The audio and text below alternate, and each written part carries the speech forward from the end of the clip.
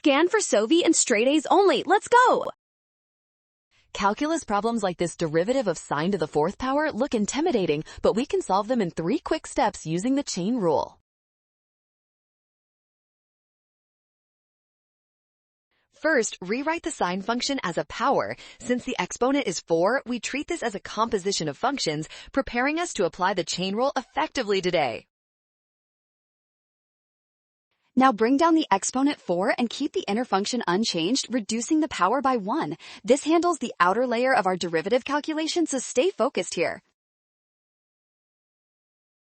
Finally, multiply by the derivative of the inner sine function, which is cosine. Combining these parts gives us the complete derivative expression, matching our target option D. You got this! Got it! Scan the code. You can learn better with SOV. Don't forget the inner derivative or wrong power. Always use the chain rule for success.